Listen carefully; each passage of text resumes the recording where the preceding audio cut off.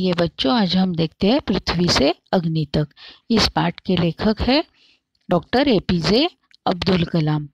इन्होंने पृथ्वी और अग्नि, ये दो मिसाइल है, इसके निर्माण में बहुत बड़ा कार्य किया है। इनको भारत का मिसाइल मैन भी कहते हैं। तो इन्होंने जो ये दो मिसाइल है, ये जो बनाए हैं पृथ्वी और अग्नि, इसमें इनका योगदान बहुत बड़ा सा है और ये एक आत्मकथा उन्होंने लिखी है। तो आज हम देखते हैं यही पाठ, पृथ्वी से अग्नि तक। ये जो पाठ है ये लिखा है डॉक्टर एपीजे अब्दुल कलाम ने। तो उनका पहले हम परिचय करवा लेते हैं। इनका जन्म जो है वो 15 अक्टूबर 1931 रामेश्वरम तमिलनाडु में हुआ और इनकी मृत्यु 27 जुलाई 2015 को हुई। छुआ आसमान और अग्नि की उड़ान, ये उनकी किताबें बहुत प्रसिद्ध है।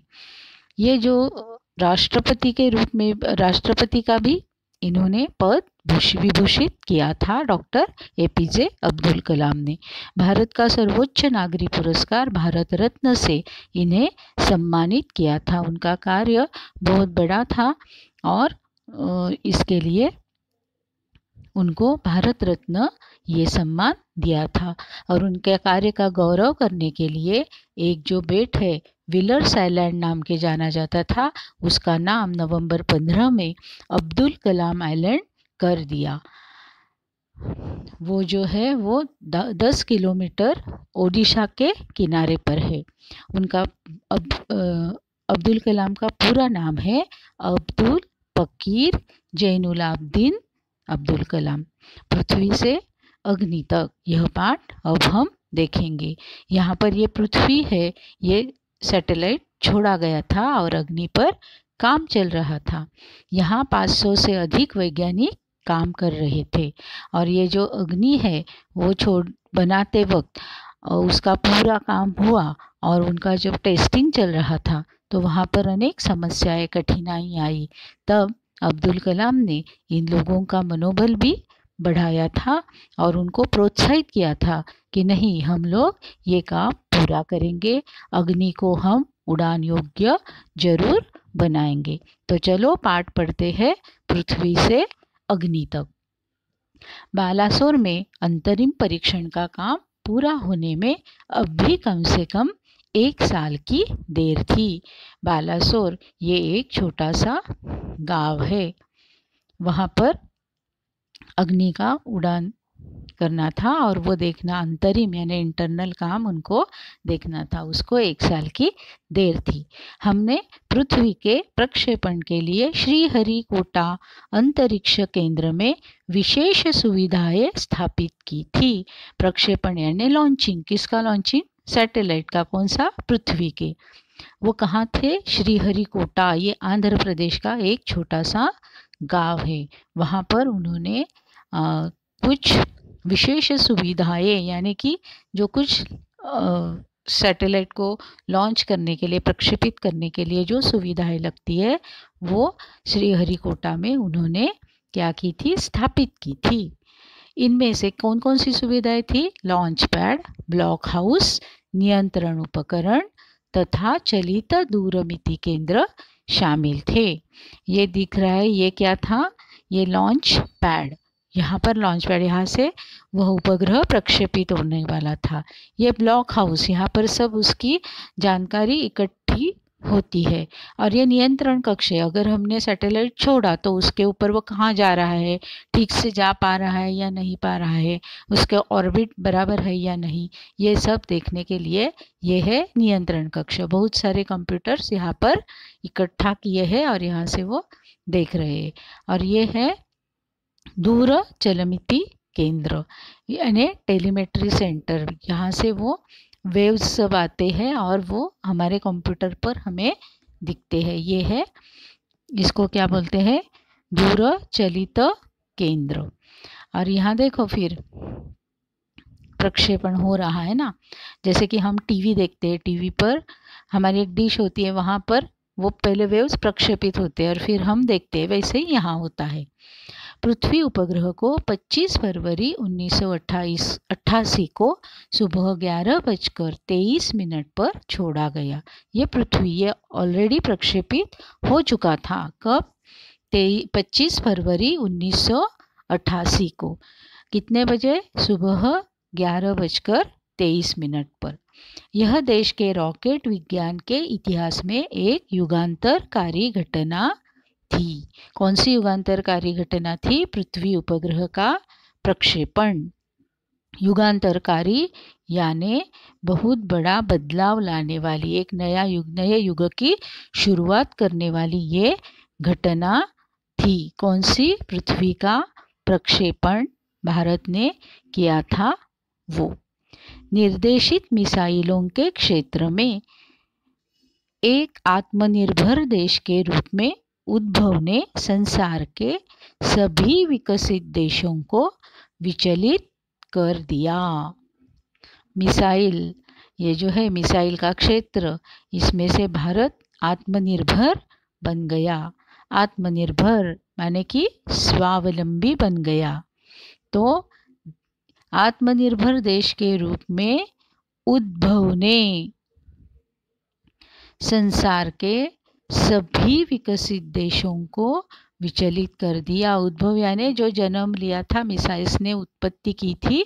तो ये देखो, ये जो जग के सभी गिने चुने देश है उनको विचलित कर दिया, अस्वस्थ कर दिया, क्योंकि भारत अब मिसाइल क्षेत्र में आत्मनिर्भर होने लगा है, स्वावलंबी बनने लगा है। और जो मिसाइल क्षेत्र में स्वावलंबी बनते हैं उन्हें पूरे जग में ताकतवर देश माने जाते हैं। इसलिए जो बाकी के देश संसार के थे वो विचलित हो गए। सामर्थ्यशील नागरिक, अंतरिक्ष उद्योग और व्यवहार्य मिसाइल आधारित सुरक्षा प्रणालियों ने भारत को चुनिंदा राष्ट्रों के समूह में पहुंचा दिया था। समूह यानी गुट, एक गुट था चुनिंदा राष्ट्रों का, यानी कि थोड़े ही राष्ट्र थे उसमें। तो उन देश में वो जो आगे आए थे उनके यहाँ भारत की गिनती अब होने लगी कुछ गिने चुने देशों में, जिन्होंने ये प्रगति की थी मिसाइल के बारे में, आत्मनिर्भर थे वो। उनके लिस्ट में अभी भारत का नाम भी आ गया। लेकिन क्या एक पृथ्वी ही पर्याप्त होगा? सिर्फ पृथ्वी छोड़ा था, कहाँ? अवकाश में। तो यही एक पर्याप्त है? पर्याप्त यानी सफिशिएंट है? क्या 4-5 मिसाइल प्रणालियों का स्वदेशी विकास हमें पर्याप्त रूप से ताकतवर बना पाएगा? 4-5 मिसाइल अब तक हमने छोड़े हैं, तो ये हमें पूरा जो ये संसार है वो उनके ताकतवर यानी स्ट्रॉन्ग बना पाएगा? क्योंकि मिसाइल छोड़कर युद्ध होते हैं, मालूम है ना? तो देखो, उसी समय अग्नि को एक टेक्नोलॉजी प्रदर्शन परियोजना के रूप में विकसित किया जा रहा था। कौन सा सैटेलाइट बना रहे थे, उपग्रह बना रहे थे? अग्नि। और वो विकसित यानी बनाने की प्रक्रिया शुरू थी। अग्नि को एक टेक्नोलॉजी प्रदर्शन परियोजना के रूप में विकसित किया जा रहा था। जब भी पृथ्वी को छोड़ा था तभी ये चल रहा था। देश के भीतर उपलब्ध समस्त संसाधनों को दांव पर लगाकर यही एक उत्तर था। समस्त संसाधन, समस्त यानी जितने हमारे पास संसाधन है उसको हमने दांव पर लगाया था।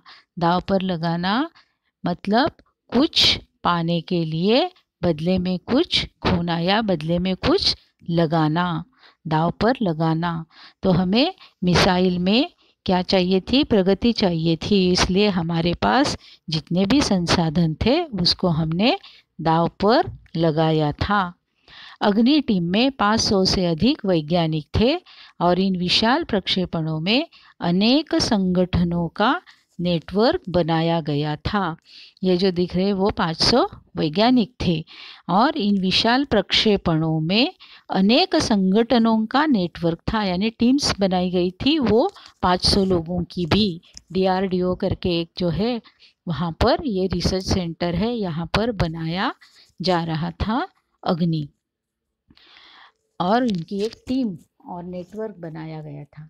अग्नि का प्रक्षेपण 20 अप्रैल 1989 को निर्धारित किया गया।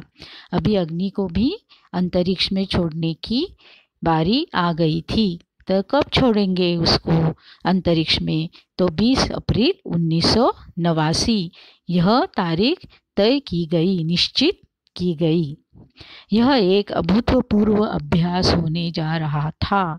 अभूतपूर्व यानी अनोखा, अभ्यास यानी स्टडी, उसका रिसर्च होने जा रहा था। कौन सा? अग्नि का प्रक्षेपण। अंतरिक्ष प्रक्षेपण यान के विपरीत मिसाइल प्रक्षेपण में व्यापक स्तर पर सुरक्षा संबंधी खतरे शामिल थे। खतरे यानी धोखे।